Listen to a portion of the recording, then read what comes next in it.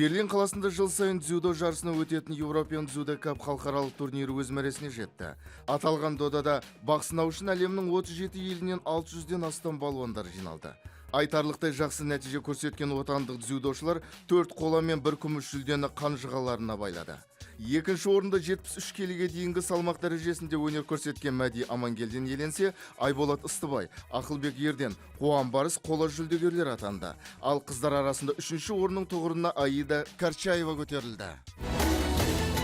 Чемпиондар лигасының бірінші жартылай финалдық матчында Ювентус футболшылары Реал Мадридтен басым түсті.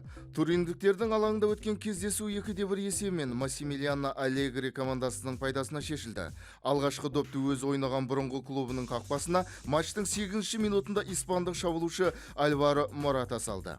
Корольді клубтың тарапынан қарымта голды 20 минут өте Хамес Родригестің берген добын басымен бағыттау арқылы Криштиану Роналду жүзеге асырды. Матчтың 57-ші минутында Карлос Тевес пенальти орындап командасына жеңіс әкелді. Келесі ойын 13-ші мамыр күні Мадридте өтеді. Шахтер футбол клубы бас бапкерсіз қалды. Қарағандылық клубқа жетекшілік етіп келген Владимир Чебуриннің қызметтен кеткені белгілі болды.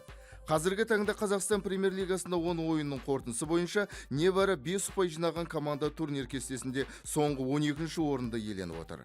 Сондай-ақ қарағандылықтар Қазақстан кубогының 8-1 финалында Көкшетаулық Оқжетпестен 1-2 есебімен жеңіліс тауып жарыстан шығып қалған болатын. Естеріңізге салсақ, бұған дейін қостанайлық Тобылдың жаттықтырушысы Вардан Минасян мен Талдықорғандық Жетісудың қамқоршысы Асқар Қожабергенов қызметінен босатылған еді. Бүгін елордада жергілікті Астана мен Мәскеулік ЦСКА арасында ВТБ бірыңғай лигасының ширек финалдық сериясындағы 3-ші, бәлкім қорытынды матчы өтеді.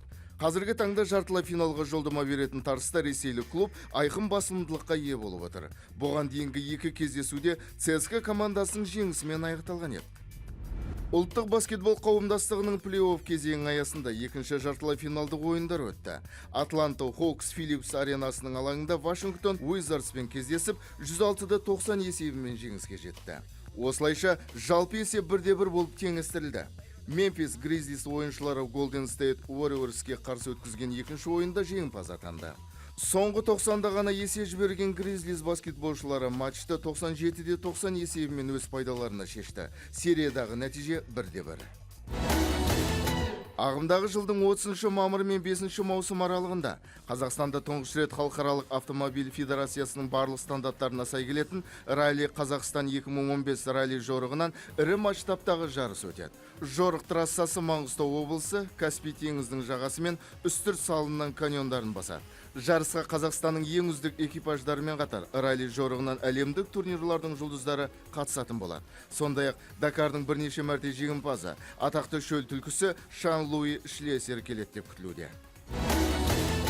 Футболдағы трансферлік терезенің ашылу кезеңінде Манчестер Юнайтед Франция құрамасының қақпашысы Уго Льористі сатып алуды жоспарлап отыр.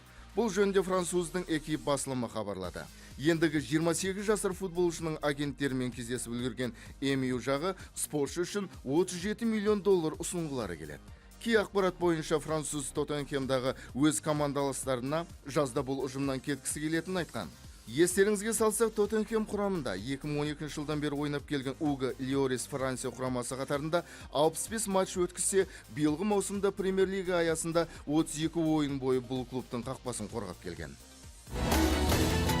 Футболдан Қазақстан құрамасы тағы бір жолдастық кездесу өткізеді. Бұл жолы Юрий Красножанның командасы 16 маусым күні Алматыда Кабо-Верде футболшыларымен тартысқа түседі. Бұл аралықта құрамалардың құны туралы ақпарат пайда болды. Немістің Трансфермаркт сайты Кабо-Верде ойыншыларын 24,15 миллион евроға бағалап отыр. Қарсылас команданың құрамындағы ең қымбат футболшы ретінде 3 миллион евроға бағаланған румындық Стеауа қорғаушысы Фернандо Варела танылып отыр.